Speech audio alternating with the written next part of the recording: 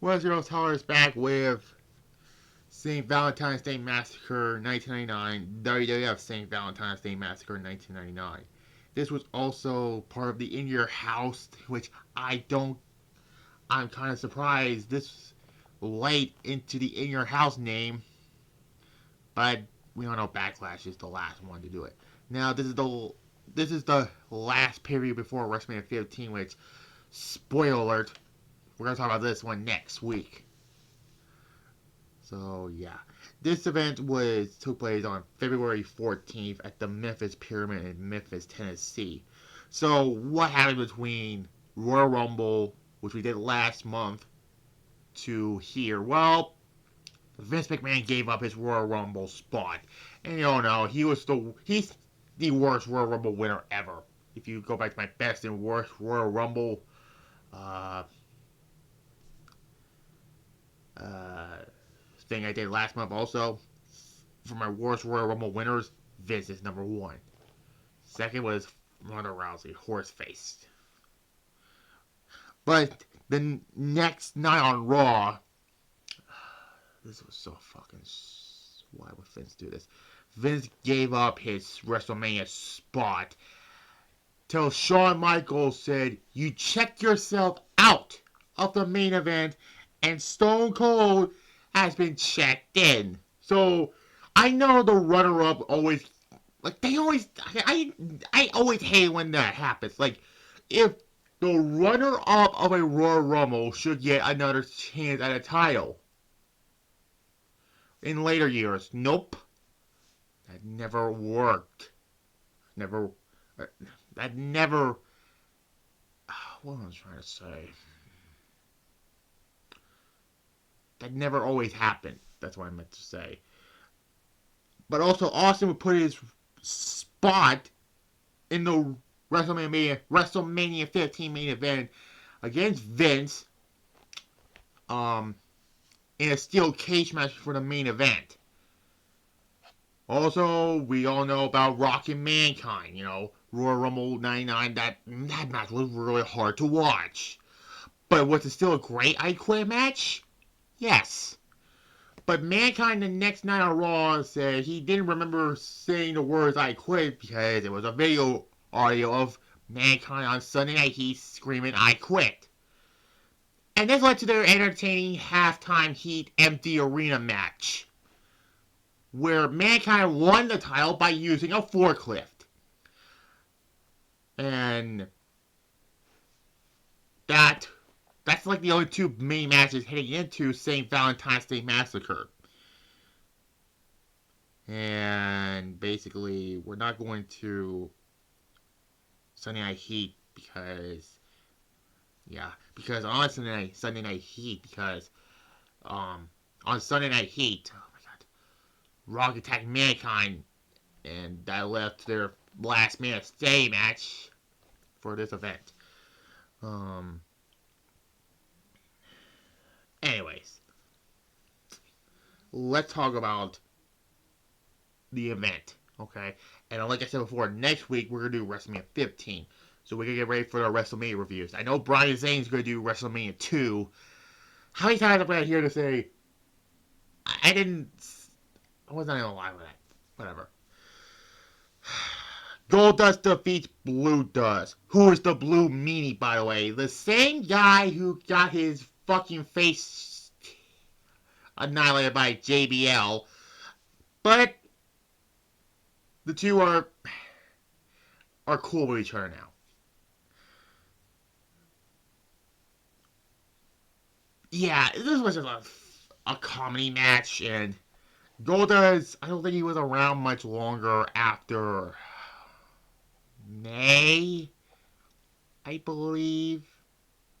Yeah. Yeah, this was a weird match.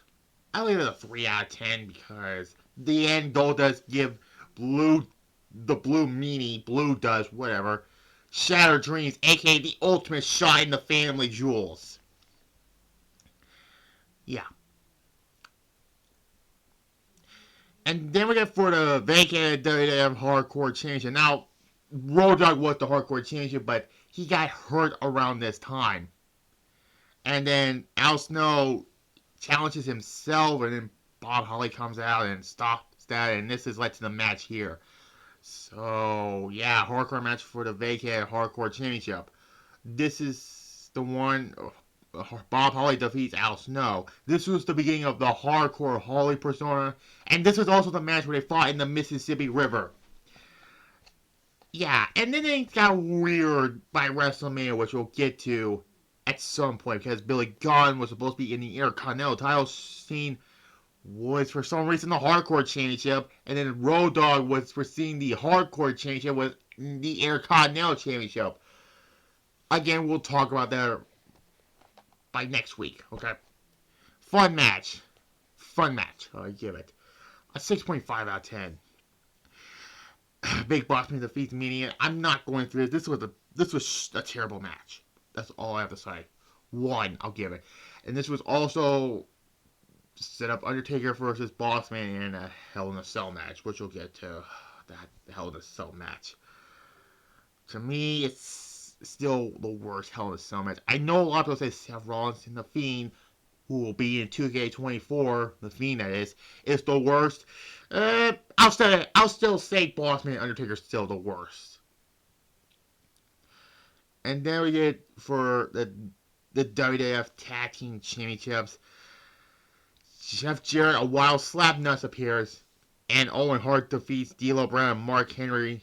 Jeff Jarrett made Mark Henry tapped out to the figure 4 leg lock because Jeff Jarrett and Owen Hart won the tag titles the next night after the Royal Rumble. So that's why they are the tag team championships. It was okay. Okay, it was a fine match, but I can't look at Owen Hart now around this time because we all know what's gonna happen. And when that date comes, May 23rd, the anniversary of that horrible fucking incident, I'm not gonna do it, okay? I will not do that, okay? For curiosity's sakes. It was okay. I'll give it a 5 out of 10.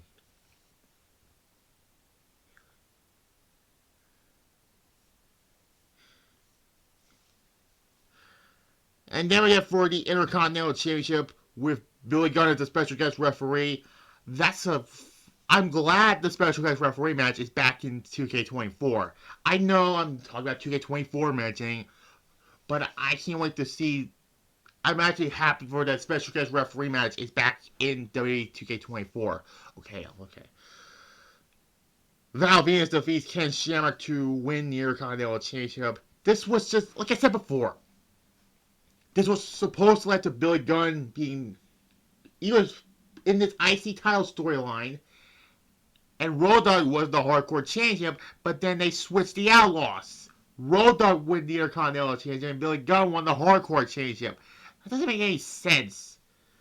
Also, this was when Ken Shamrock and Ryan Shamrock, Ryan was Ken's kayfabe sisters, and you could clearly say Shamrock in a calmly voice, slap me. Like, what the fuck? Yeah. Decent match. I get a 6 out of 10. So, yeah. And then we get Chyna and Kane, which right after the Royal Rumble, Chyna turned on Triple H and DX after Triple H lost an I Quit match to The Rock because of what happened with Mankind and that. However, this whole storyline went to... I was mentioning it by WrestleMania 15, okay? Defeated Triple H and X-Pac. This was a good match. And this led to Kane versus Triple H at WrestleMania. Yeah. Where, Triple H turned on... Well, Triple H was beginning to turn heel, and Kane was... he was a tweener. Okay, he was not full-blown babyface yet. Kane was not really much of a member of the corporation because he was still mostly a tweener. He wouldn't go full babyface until Mania 15, that is. yeah, Shane got involved in this match. He was on commentary, which, yeah, he was not good on commentary. I'm just being honest here. So, yeah, 7 out of 10. Finally, a good match that's not... Yeah. And then we get the last 2 matches of the night. Last match, same match for the WWF Championship. Mankind and The Rock ended in a draw. This was a great match. And Rock would win the title the next night on Raw in a ladder match. So, yeah. Great match. Not as great as the I Quit match, though. I'll give it a 9 out of 10. I know the finish was dumb, but...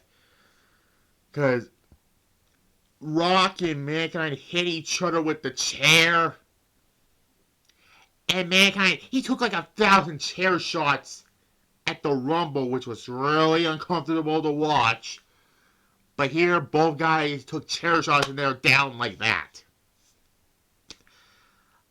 Yeah. Again, this led to the ladder match at the next night on Raw. And then, 9 out of 10, by the way. Match of the night. Then we get the main event. The steel cage match to determine the number 1 contender for the WWF Championship at WrestleMania 15. Even though this was for Stone Cold's shot at the title, mostly. Stone Cold Steve Austin basically beat the shit out of Vince McMahon by escaping the cage. This kind of reminds me of the Buried Alive match Vince had with Taker at Survivor Series 03. The match was not really much of a match, okay? Vince and Austin were brawling out, chasing each other outside the ring, mostly. Austin teased breaking Vince with a knee injury, and then Austin clotheslines him, and then we get the spot where Austin grabs Vince and hits Vince to the cage, and Vince flies through the Spanish announce table, which, how many times we have seen the Spanish announce table getting effed up? And, this also, Austin said, that's bullshit. And then, because Howard Finkel was announced Austin as the winner of the match, but then he said, the match didn't start because the bell didn't ring, basically. And then, Austin continues to beat the fuck out of Vince, outside the cage, and then finally the match begins. Austin, clothesline, he's beating the fuck out of Vince. Vince, when Austin was going out, Vince gave him one middle finger. He was going to go out the door, and then Austin's like, he flipped me off, I'm gonna go fuck him up. And then continues to beat him up. Vince was bleeding, of course. And then Austin was going to leave the cage again, going over the cage, and then the double bird. And then Austin stuns Vince McMahon. And then we get the debut of, Paul White at this point. He was not called the Big Show yet. He was called Paul White at this time. He was not called Big Show until a few months later, I believe. And then basically he was taking out Vince, beating up Austin rather, slamming Austin's head into the cage. Because last time Big Show, Paul White, he was the giant in WCW. His last appearance was the last Nitro before Sold Out, which I did a few weeks ago. And then Austin was getting manhandled, as Michael Cole said, because this was before Jim Ross came back. He was getting manhandled. Austin was getting thrown into the cage, but the cage gave way. This was the last time in America we saw the black steel cage. Austin climbed out the cage and won like that.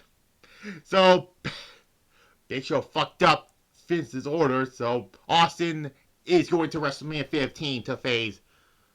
By the way, it was mostly a squash, a beatdown match, basically. But I give it a 7.5 for Vince getting his ass whooped by Stone Cold Steve Austin.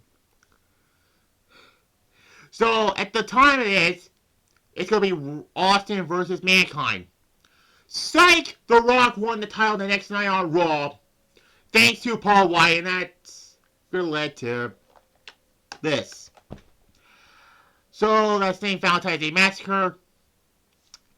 Yeah. It was a decent pay-per-view. it was kind of the same level as Super Bowl 9 later that month, but that show, yeah, Reagan his mask taken away from him, blah. And that finish of the tag team match, blah. And the NWO winning all the fucking time, blah. This one was a... I know Vince winning was a controversial and, to me, the worst Rumble winner, but you have to keep the story going with Austin McMahon, as seen from where Pro Wrestling said. But yeah, I get a 5.6 out of 10. It was better than Super Bowl 9 later that month. But like I said before, next week is WrestleMania 15, so... And the next 3 are going to be WrestleMania reviews because... Well... I want to... When I get done with WrestleMania 20, this channel will be taking a little break from the retro reviews here, Thursdays. Because I want to do like a special, like... Wrestler Road to WrestleMania Pacific, which I'll talk about that by the WrestleMania 20 review in 2 weeks, that is. So anyways, that's next week, WrestleMania 15. So, and tomorrow I'll do my SmackDown review, and then I'll do Elimination Chamber 2024 on the main channel. So yeah, subscribe and click the notification bell on that, and also subscribe here and click the notification bell on this channel also. And like this video and comment down below also. And yeah, bye-bye.